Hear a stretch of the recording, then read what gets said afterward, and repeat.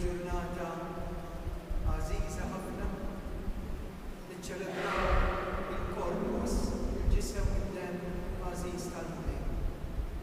Ħuti ejjew nafu l-ħtijiet tagħna.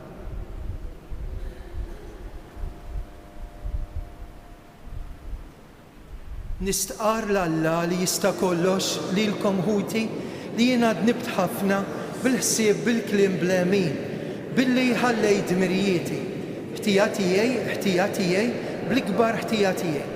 Għalhekk nitlob l-imqazza Marija dejjem Verġni, l-anġlu u l-qaddisin kollha u lilkom ħuti biex titolbu għalija il-Mulej Alla tagħna.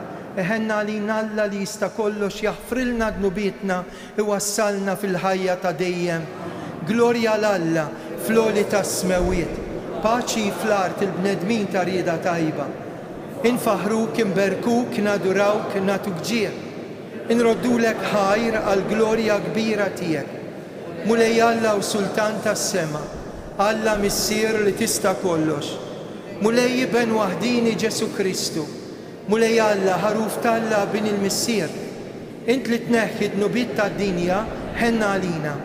Int li tneħħi d-nubiet tad-dinja il-qatt talb tagħna. Int li qiegħed fuq l-lemin tal-missier ħenna għalina.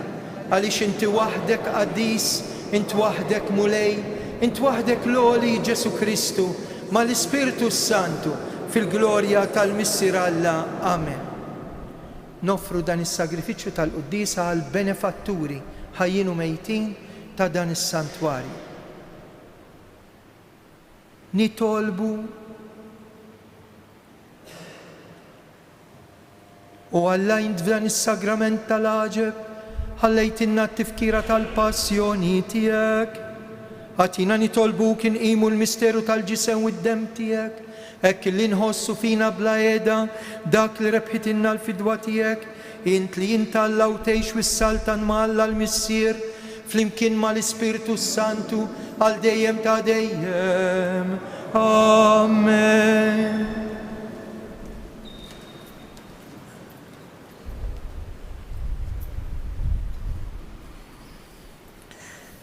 L-ewwel qari mill-ktieb tal-Eżodu. F'dak iż-żmien Mosè niżel jgħid lill-poplu kull ma qallu l-Mulej u kull ma ordnalu. Il-poplu wieġeb bleħen wieħed u qal kull ma qalinna l-Mulej nagħmluh. Mosè kiteb il-kliem kollu tal-Mulej u filgħodu qam bena artal taħt il-muntanja u waqqaf 12 plier għat 12 il-tribu ta' Iżrael. Imbagħad batt xi żgħażagħ minn ulied Iżrael biex joffru sagrifiċċji u joqtlu oġġiela bħala sagrifiċċji taslim lill-Mulej.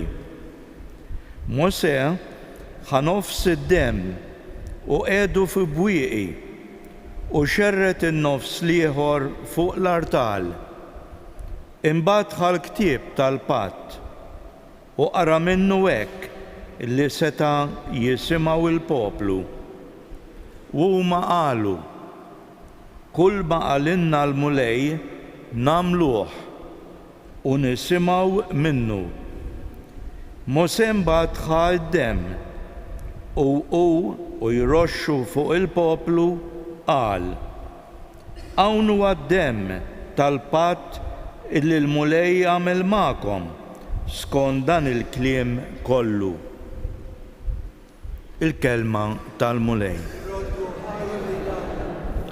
Għas-salm responsorjali nwieġbu nolli l-kalċi tas-salvazzjoni u isem il-Mulej insejjaħ.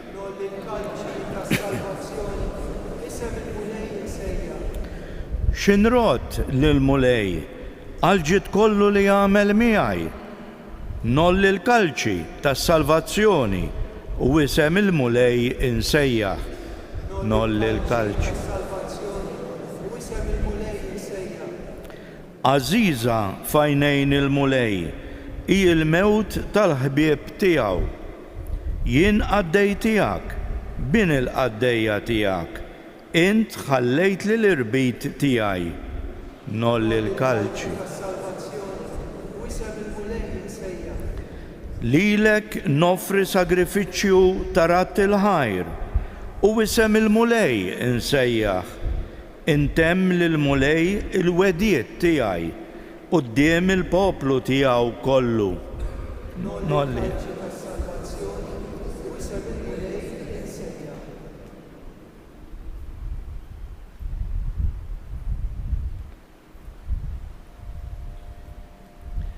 Qari mill-ittra lill-Lut.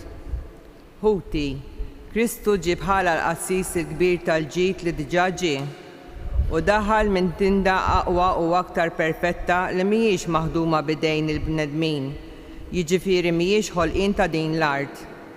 U daħal darba għal dejjem fis-santwarju, mhux bis-saħħa tad-demm tal-mos u tal-oġġiela, imma bis-saħħa ta' demmu stess, u hekk kiseb fidwa għal dejjem. Jekk id-demm tal-mos u tal-gnides u l-irmiet tal-oġġiela imraxxax fuq dawk li huma mnizza jista' jqaddishom billi jagħtihom l-indafa tal-ġisem kemm aktar id-demm ta' Kristu li bl-ispirtu ta' dejjem offra lilu nnifsu vittma safja lill-Alla jista' jnadda fil-kuxjenza tagħkom mill-emil mejjed biex taqdu lill-Alla ħaj. U għalhekk hu medjatur ta' paċ ġdid, testament ġdid biex wara li seħħet il-mewt għal fidwa tal-ħtijiet li saru fi żmien il-patt ta' qabel, dawk li huma msejħa minn Alla jiksbu l-wirt ta' dejjem li hu wedhom. Il-kelma tal-mulej. Roddu ħaj sanqu bil-wieqfa, ħudu fidejkom din it-talba sabiħa l-innu tal-Ewkaristija għandkom qrib tagħkom. Min qed jaqra l-lettur jgħid l-ewwel biċċa, imbagħad inkomplu aħna flimkien. Faħħar Sijon lil feddej, ir-raj tiegħek u l-mexxej bl-innijiet u blana. Flimkien, ibqa' faħru daqskemm tista' għax ul fuq minn kull tifħir qatt ma tfaħru kemm jistħoqlu. Għat-tifħir ħaġa tal-għaġeb, il-ħobs ħaj li jagħti il-ħajja hawn qudiemna f'dan il-jum.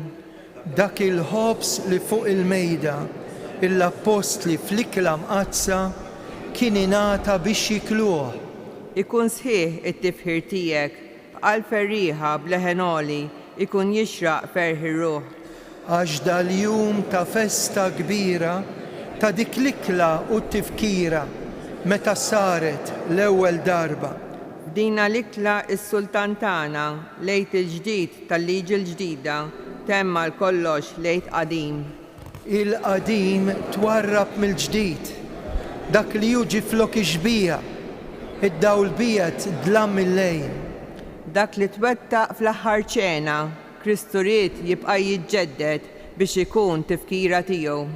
Imma għal-min b'tagħlim imqaddes nibdlu l-ħobs u l-inbit tagħna sagrifiċċju għas-saħħa tagħna. Twemmin ġdid lilna l-insara li dal-ħobs jinbidel f'ġisem u l-inbit jinbidel f'demm. Dak li ma tarax jew tifhem, it-twemmin isaħħu jwettqu fuq kull ordni tan-natura. Taħġbijat fejn aħna nilmħu mhux il-ħajja imma s-sinjali jieħbew ħwejjeġ hekk għażiż. Ikel ġismu, xorb u demmu, iżda Kristu sħiħ hemm moħbi taħt kull waħda mixbijat. Sħiħ jittikel Kristu kollu bla jitkisser, bla jitfarrak, bla jinqasam minn jieħdu. Jiklu 1000, jikol wieħed, kemm ħadan hekk jieħdu huma, bla jintemm meta jittikel. Jiklu t-tajba, jiklu ħżiena, imma l-dawk iġib il-ħajja lil dawn jixħed fit-telfin. Mewta l-ħżiena ħajja tajba, ara kif jinbidel fihom, għalkemm jieħdu l-istess ikel. Meta l-ostja tkun maqsuma, la tibżax immin ftakar taħt iġbija ta' kull farka hemm jinsab daqs fl-ostja sħiħa.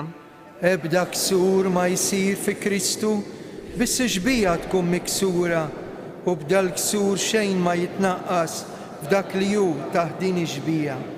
Dan ħobs l-anġli ma' ikel għal bnedmin fit-triq tal-ħajja Ikel bnin għalu li tkolla li mandux fi xejn jintrema.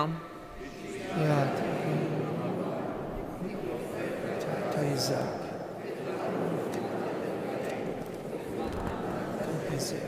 Intraj tajjeb, ħobs tas-sew, Ġesu tagħna ħenna lina, int itmana u ħarisna, inti lilna il-ġid urina, fl-art imbirka tal-ħajjin.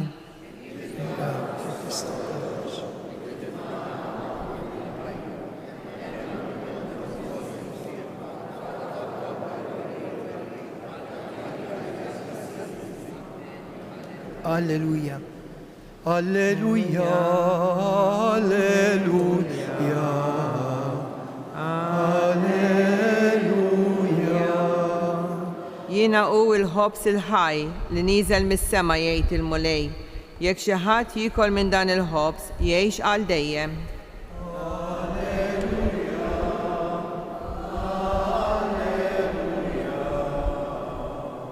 Alleluja. Il-mulej ma'kom. Qarim il-Vanġelu skont San Mark. Fl-ewwel jum tal-Għażmi, meta kienu jissagrifikaw il-ħaruf tal-Għid, id-dixxipli tiegħu qalu l-Ġesu: fejn tridna inħejju biex tiċċelebra l-ikla tal-Għid? Imbagħad bat tnejn mid-dixxipli tiegħu u qalilhom: morru l-belt, tiltaqgħu ma' raġel li ġor ġarra ilma, morru warajh u għejdu l-sit id-dar ta' fejn tarawh dieħel, għallek li mgħallem, fejn il-kamra tiegħi li fija nista' nikol l-ikla tal-Għid mad-dixxipli tiegħi, u hu jurikom kamra kbira fuq, imamra u lesta, ħejjulna hemmhekk. U d-dixxipli marru daħlu l-belt u sabu kollox kif kien qalilhom u ħejjew l-ikla hemmhekk. Huma u jieklu, ħafidejh il-ħobs qal il-barka, qasmu newilulhom u qal: ħudu dan hu ġismi. Imbagħad ħal kalċi fidejh, rat il-ħajr, newilulhom u l-koll xorbu minnu. U qalilhom: dan huwa demmi, id-dem tal-pat li jixxerret għal ħafna, tassew ngħidilkom illi ma nixrobx iżjed mill-frott tad-dilja sa dakinhar li nixrob inbit ġdid fis-saltna ta' Alla. Imbagħad kantaw is-salmi u ħarġu lejn l-għolja taż-żebbuġ. Il-kelma tal-mulej tifħir bil-qari tal-Evanġelju nitnatfu mid-nubiet tagħna. Kemm hi xi ħaġa kbira illi Alla tagħna ma għażilx li jibqa' l-bogħod minnha. Aħna għandna Alla illi ċċekken, mhux biss iċċekken u sar bniedem twielet u miet għalina, mhux biss, għaw lil-lejl qabel ma bata u riena li rid ikun ikel, dik li ngħidula l-Ewkaristija. Waqt li l-ikel li niklu mid-dar jinbidel fina għas-sustanza tagħna, għas-saħħa tagħna biex nibqgħu mexjin fil-ħajja, l-ikel li niklu minn fuq il-mejda tal-artal jibdilna fih min jiekol minn dal-ħobs jgħix għal dejjem. Issa it-twaqqif u l-festa tal-Ewkaristija aħna nfakruh f'mument speċjali ħafna. Nhar ħamis ix-xirka, l-ewwel ġurnata ta' tridu tal-Għid. Imma fl-1263 ġrat xi ħaġa li bija il-Papa ta' dak iż-żmien li kien il-Papa Urbanu erba ordna biex issir purċissjoni mixja ma' Ġesu Ewkaristija. U x'irid jurina dan? Illi Alla tagħna jimxi magħna mill-bennina sal-qabar biex kif kien magħna qabel u ħabna qabel ħabbejnieh ikun saħansitra magħna għal dejjem. Ħammorru bil-mod il-mod għal-Vanġelu sabiħ li għandna llum. L-ewwel nett huma 3 li jirrakkontaw l-aħħar ċena. Illum smajna dak ta' Mark, imbagħad għandna Luqa u l-San Mattew, ivarjaw ftit minn xulxejn. Imma l-eqdem rakkont li għandna dwar l-Ewkaristija jagħtihulna San Pawl fl-ittra tiegħu lil Korintin u jgħid jien qed ngħaddi lilkom dak li ġie mgħoddi lili aw lil-lejl qabel ma bata u jirrakkonta l-aħħar ċena, it-twaqqif tal-Ewkaristija. Interessanti kif il-Vanġelu llum jgħid l-ewwel jum tal-Ażmi u jfakkar l-ikla tal-għid. Ġesu qed jiltaqa', anzi qed jgħidilhom morru u ħejju fejn se nagħmlu din l-ikla. Għaliex? Hawnhekk din il-festa tal-Ażmi, jiġifieri tal-ħobs għażmu mingħajr ħmira għax ridu jitilqu malajr ħalli jeħilsu minn min kien qed isawwathom mill-Farawn, mill-iskjavitu, jeħlishom mill-Eġittu. U din il-festa ingħaqdet mal-festa tal-ikla tal-ħaruf il-Pesaħ illi kienet tiġi ċċelebrata fil-15 tax-xahar ta' Nisan ta' April fejn il-Lut ifakru sal-lum il-ħelsien tagħhom. Id-dem tal-ħaruf hemmhekk ma għaddix l-anġlu qerriet f'dawk id-djar u allura nħelsu permezz ta' Mosè. U x'inhi l-ewwel tagħlima? X'inhi l-ewwel tagħlima? Dal-kuntest qed jurina li it-tqarbin lilek irid jeħilsek. Jiġifieri dan huwa ikel illi jekk aħna nagħmlu tqarbin sew bil-mod il-mod jibdilna fih.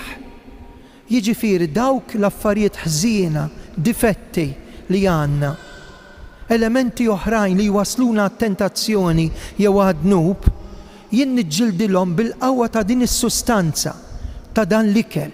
Imbagħad ikompli jgħid u mbagħad tiltaqgħu ma' raġel li ġor ġarra. Normalment huma n-nisa li kienu jġorru l-ilma. Fil-fatt għandna l-ġrajja tas-Sammaritana li marret timla l-ilma u jiltaqa' magħha Ġesu.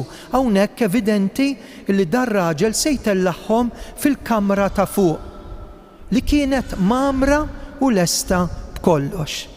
Issa interessanti kull min mar l-Art Imqazza din il-kamra ta' fuq kienet il-post fejn twaqqaf l-Ewkaristija, fejn Ġesu għamel l-aħħar ċena. Propju hemmhekk huwa distint mill-kamra t'isfel. Għaliex? Qed jgħid morru ħejju u l-kamra ta' fuq.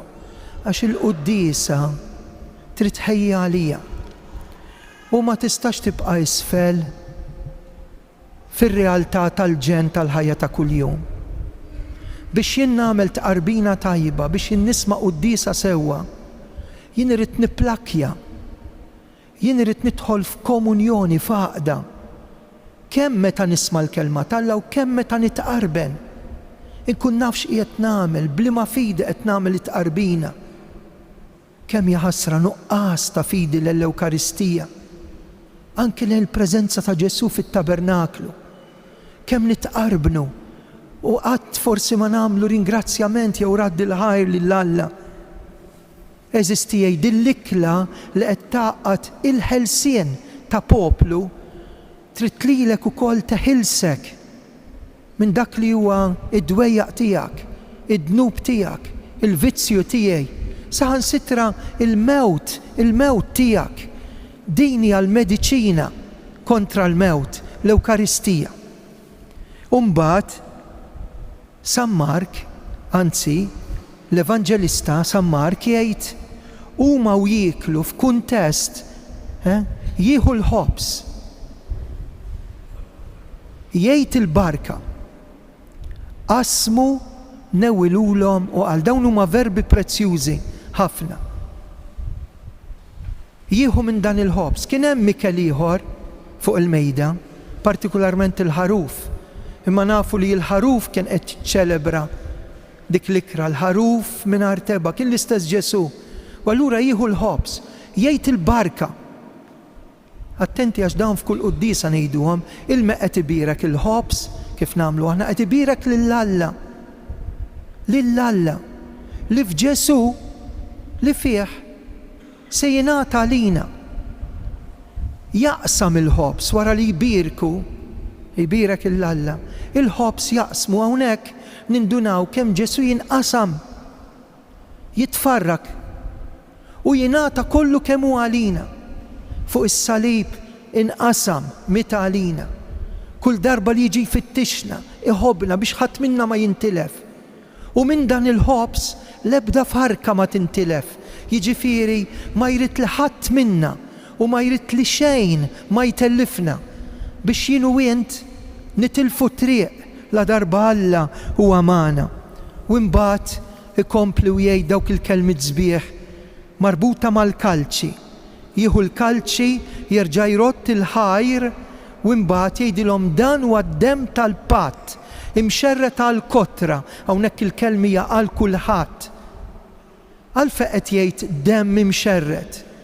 U f'mument minnhom wieħed mill-Evanġelisti jgħid il-patt il-ġdid. Għax dawn kienu jafu dak li qrajna fl-ewwel qari, illi fil-Ktieb tal-Esodu kien sar patt fejn bid-demm tal-annimali inxteret dak id-demm fuq il-post tal-liġi biex il-poplu jagħmel patt ma' Alla u jingħaqad miegħu biex iħares dik il-kelma. Dit-darba m'għandniex id-demm tal-annimali, imma qed jinxteret id-demm ta' Kristu. U jgħidilna dak id-demm inxteret għalik. U li kieku nifmu x'inhi l-qudiesa. U li kieku napprezzaw x'inhi tqarbina il-vjatku. U li kieku tassew nemnu fl-Ewkaristija. Kieku ħajitna, kieku d-dinja mhix fl-qiegħda, ma tibqax flijin. Kieku jien u int ħajitna tkun ħafna ħjar. U hawnhekk jgħidilhom sa ma nixrob il-patt fis-saltna. Li minni din is-saltna? Hawnhekk qed jirreferi għal Iżajija li se jħejji mejda bikelfin u abbundanti.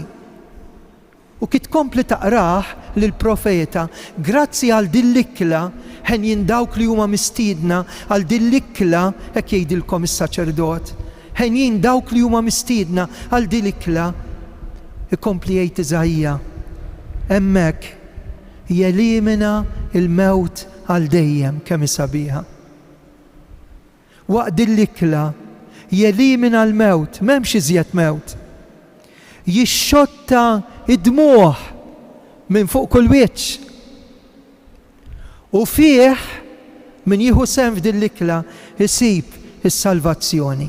Ejjew ħankomplu l-qudiesa bil-fidi li għandu jkollu s-saċerdot u kull wieħed u waħda minna.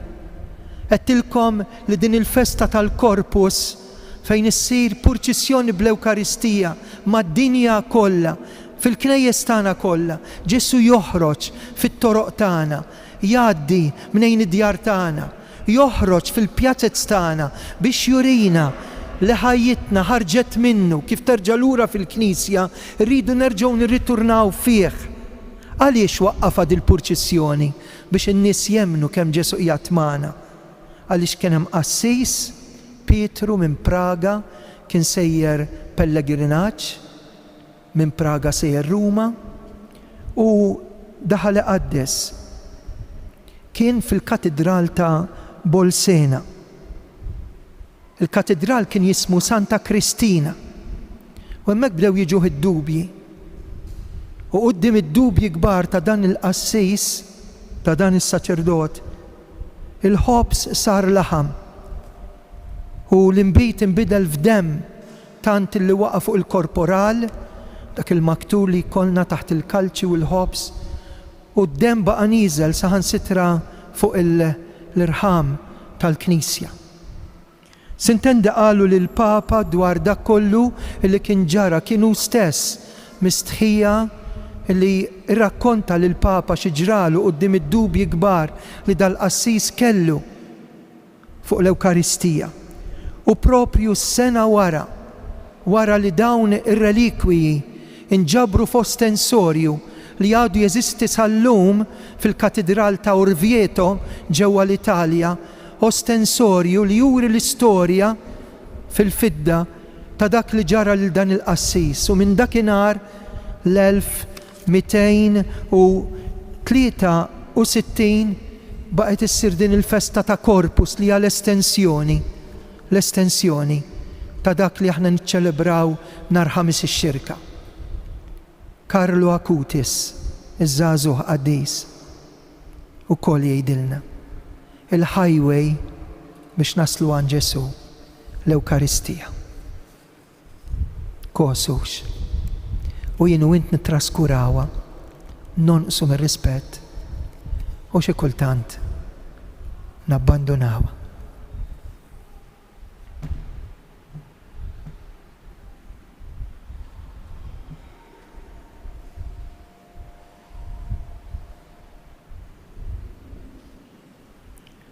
Jiena nemmen falla wieħed il-missier li jista' kollox, ħala is-sema u l-art, dak kollu li jidher, dak li ma jidirx. F'mulej wieħed Ġesu Kristu iben waħdini ta' Alla. Nissel mill-missier qabel f'kull żmien, Alla minn Alla, dawl minn dawl. Alla veru minn Alla veru, imnissel mhux magħmul, natura waħda mal-missier u bih sar kollox. Niżel mis-smewiet għalina l-bnedmin u għall-fidwa tagħna. Ħal ġisem bis-seta tal-Ispirtu Santu minn Marija Verġni sar bniedem. Salbuh għalina bata taħt Ponzju Pilatu, mietu difnuh. Fit-tielet jum qam minn bejn l-wiet skont il-kodba mqazza. Tela s-sema u qiegħed fuq il-lemin tal-missier. Għandu jerġa' jiġi fil-glorja biex jagħmel ħaq mill-ħajjin u l-mejtin. Is-saltna tiegħu ma jkollix tmiem. L-Ispirtu Santu mulej li jagħti ħajja li ġej mill-missier u mill-liben, li jum mweġġaħ fl-imkien mal-missier u mal-liben u tkellem f'hom il-profeti. Knisja waħda qaddisa kattolika apostolika, nistaqarma mudija waħda l-maħfra ta' dnubiet, nistenna qawma mill-imwiet u l-ħajja ta' żmien li ġej. Amen. Resqu issa lil-mulej it-talb tagħna biex il-Knisja fil-qsim tal-ħobs fl-Ewkaristija rradd il-ħaj tara fil-kobor ta' Alla u fl-istess ħin tapprezza dan il-ħobs nieżel mis-sema għal ħajja tal-kotra. Nitolbu. Il-ħobs tal-għaqda ma jridx gwerer fid-dinja, laqqas firda, laqqas ġlied u għejra bejnietna biex l-Ewkaristija tkun dak li hi f'ħajjitna taqadna malla u bejnietna. Nitolbu. L-eżistana mejtin li ħafna minnhom għaddewlna l-imħabba lejn il-Quddisa, lejn l-Ewkaristija biex intmu lejn tagħtihom il-premju tal-ġenna. Nitolbu. Fl-aħħar nitlob għal kull wieħed u kull waħda minnkom. Intom li qed nissegwuna partikolarment dawk li qegħdin segwu l-UTV u l-mezzi soċjali tas-Santwarju tad-Djoċesi. Nixtieq nitlob għal dawk li qalulna nitolbu għalihom. Dawk li dil-ġimgħa partikolarment illum daħlu f'dan is-santwarju, ġew f'riġlejn il-Madonna. Nitlob għal dawk li ma qalowx il-grazzja u dawk li m'għandhomx min jitlob għalihom. Dan kollu nitolbulek bi Kristu Sidna. Amen.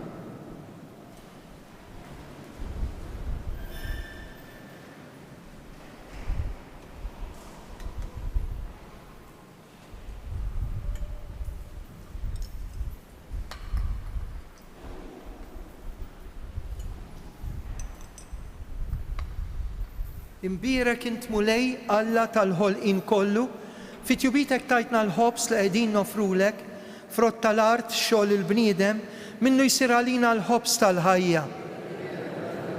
Imbirek int mulej Alla tal-ħolqien kollu, fit-tjubitek tajtna l-imbit li qegħdin nofrulek, frott id-dilja xogħol il-bniedem, minnu jsir għalina x-xorb tar-ruħ.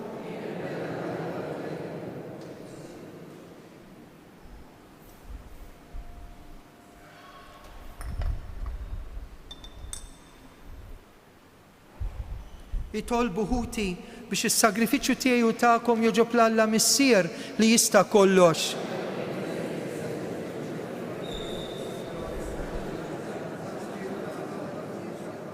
kollha tiegħu. Fit-tieba tiegħek mulejat il-Knisja daw sliem li b'mod mistiku ma nfissra b'dawn id-doni li qed nofrulek bi Kristu Sidna. Amen. Il-mulej ma'kom. Nerfgħu qlubna l-fuq. Iż-żuħajl il-mulej Alla tagħna. Sewa u xieraq tas-sew mulej mis-Sir Qaddis Alla ta' dejjem li tista' kollox, tajjeb u taġita s-salvazzjoni tagħna bi Kristu Sidna. U l-qassis tas-sew ta' dejjem waqaf għamla ta' sagrifiċċju li jibqa'. Kienu l-ewwel li joffrilek lilu nnifsu bħala l-vittma s-salvazzjoni tagħna u ried li b'tifkira tiegħu nibqgħu nagħmlu din l-offerta. Meta niklu l-ġisem tiegħu s-sagrifikat għalina nimtlew bis-saħħa u meta nixorbu demmu mxerret għalina nindafu minn ħtijietna għalhekk mal-anġli u l-qaddisin infaħruk u bil-qalb intennulek Qaddis.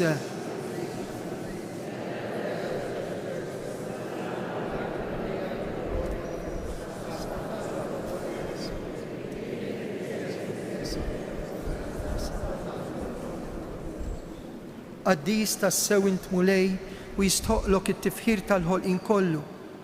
Għax bibnek Ġesu Kristu Sidna u bil-qawwa tal-Ispirtu Santu intat il-ħajja, kollox tqaddes u tibqa' dejjem tiġbor għalik poplu biex mintlu x-xemsa sanżula issirlek offerta safja. Għalhekk mulej ġejna quddiemek b'dawn l-offerti biex ikunu konsagrati lilek.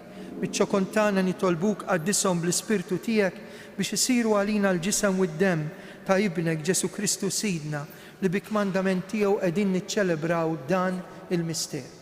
Għaxu fil-lejl li fih ingħata għalina ħal-ħobb sradd il-ħajr bierek qasam tali d-dixxipli tiegħu qal ħudu u kulu il-koll minn dan. Għax dan huwa ġismi li jingħata għalikom.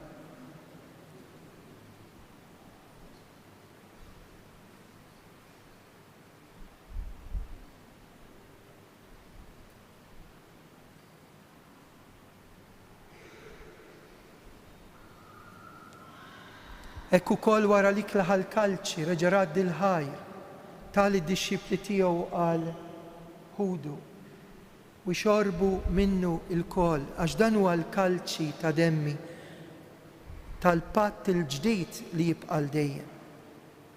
Id-demm li jixxerret għalikom u għall-bnedmin kollha għal maħfra ta' dnubiet. Għamlu dan b'tifkira tiegħi.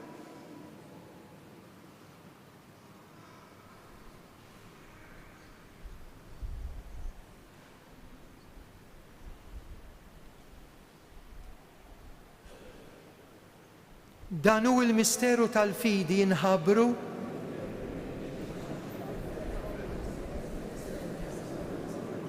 għalhekk mulej aħna u nagħmlu dan b'tifkira tal-mewt u l-qawmien ta' Sidna Ġesu Kristu, aħna li qed nistennew u nittamaw it-tieni miġja tiegħu b'radd il-ħajr nofrulek dan is-sagrifiċċju ħaj u qaddis. Ħares nitolbuk lejn l-offerta tal-Knisja tiegħek. Għaraf fiha l-vittma li bis-sagrifiċċju tagħha rid terġa' tħabbibna miegħek. Għamel li aħna li se nissaħħu bil-ġisem u d-demm tibnek nimplew bl-Ispirtu Qaddis tiegħu nkunu ġisem wieħed, ruħ waħda fi Kristu.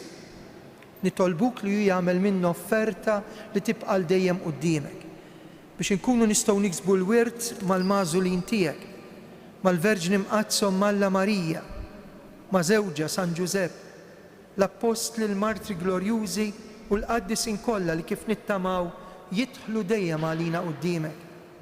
Għamel nitolbuk mulej li dil-vittma li terġa' tħabbibna miegħek tkun tasliem u salvazzjoni għad-dinja kollha. Wettaq fil-fidu fl-imħabba l-Knisja tiegħek tul il-mixja tagħha fid-dinja.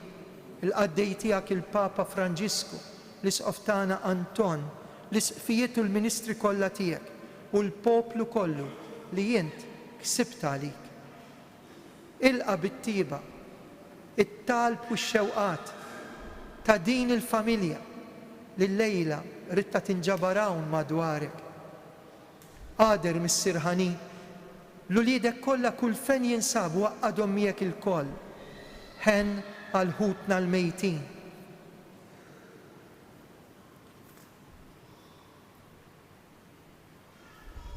daħħalhom fis-sewwa tiegħek fejn nittamaw li aħna wkoll qed naslu il-koll flimkien qed nitgħaxqu bis-sebħ tiegħek. Hemm inti tixxotta kull dema minn għajnejna. Hemmhekk qed naraw kalla tagħna kif int fik innifsek.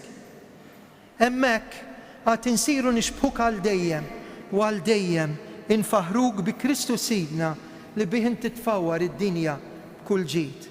Bi Kristu ma' Kristu u fi Kristu jingħata lilek Alla missier li tista' kollox flimkien ma' l-Ispirtu Santu kull ġieħ kull glorja għal dejjem ta' dejjem. Amen. Namlu l-qalb intennu t-talba tas-salvazzjoni tagħna missierna.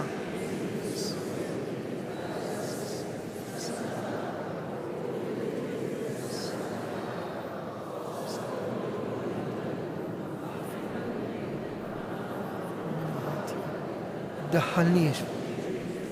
Eħlisna nitolbuk mulej minn kull deni, għatina fit-tiba l-ħnijat jak paċi, paċi fi żmienna.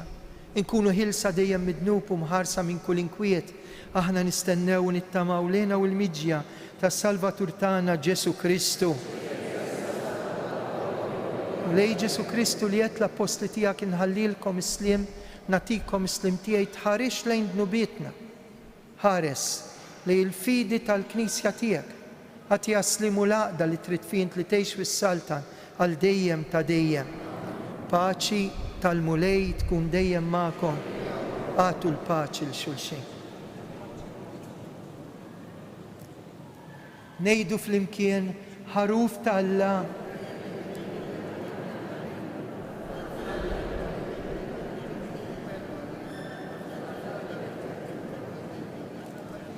Danu il-ħaruf talla, danu li jneħħi d-nubiet tad-dinja, ħen jindawk mistiedna għal dilikla tal-ħaruf.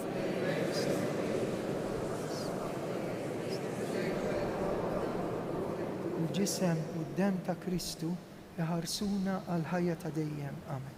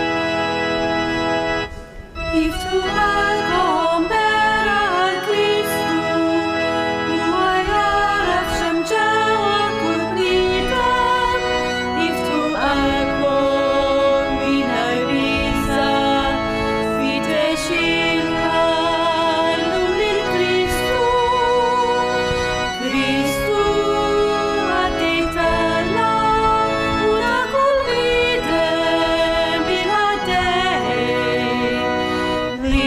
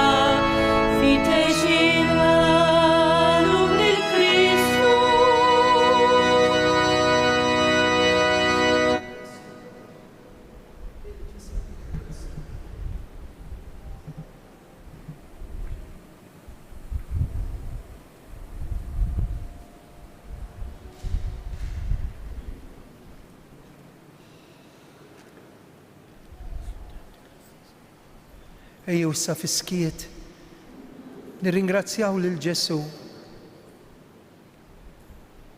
illi ried jibqa' dejjem magħna, xorti kbira għandna. Ejju ngħixu dal-mument b'ħafna fidi u rispett lill-Ewkaristija.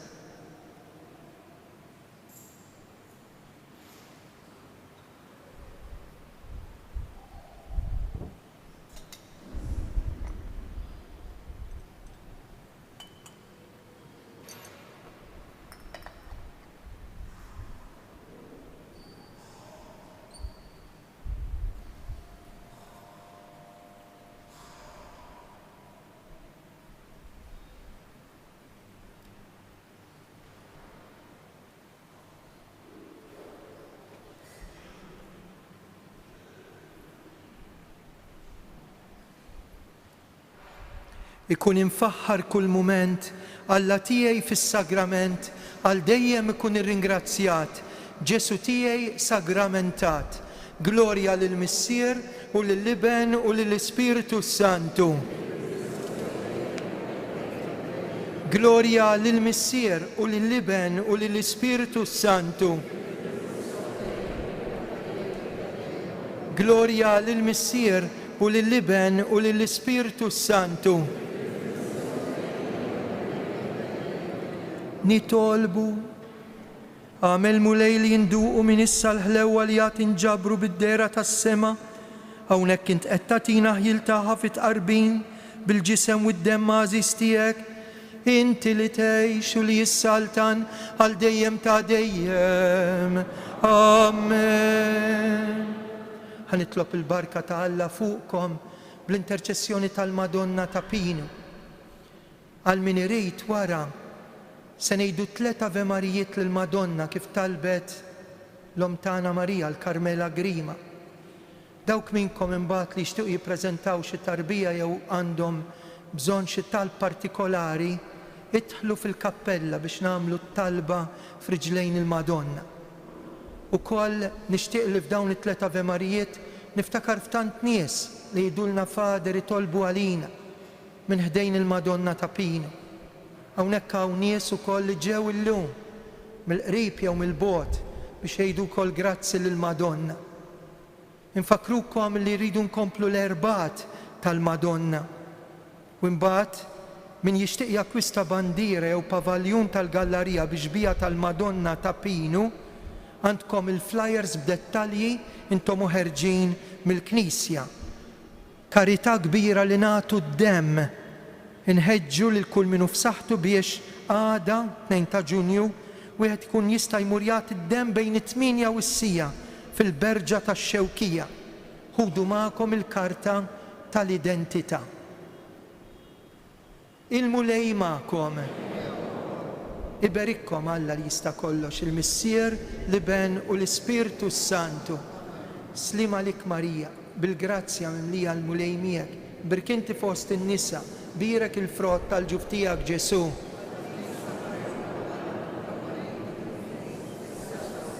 Slima lik Marija, bil-grazzja mimlija l-mulej miegħek, birkinti fost in-nisa, imbirek il-frott tal-ġuf tiegħek Ġesu.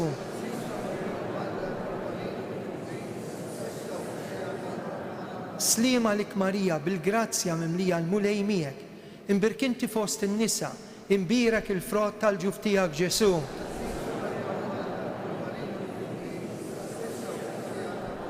Flimkien Madonna ta' Pinu, Sultana tal-familja, ħarstek fuqna dejjem żomm.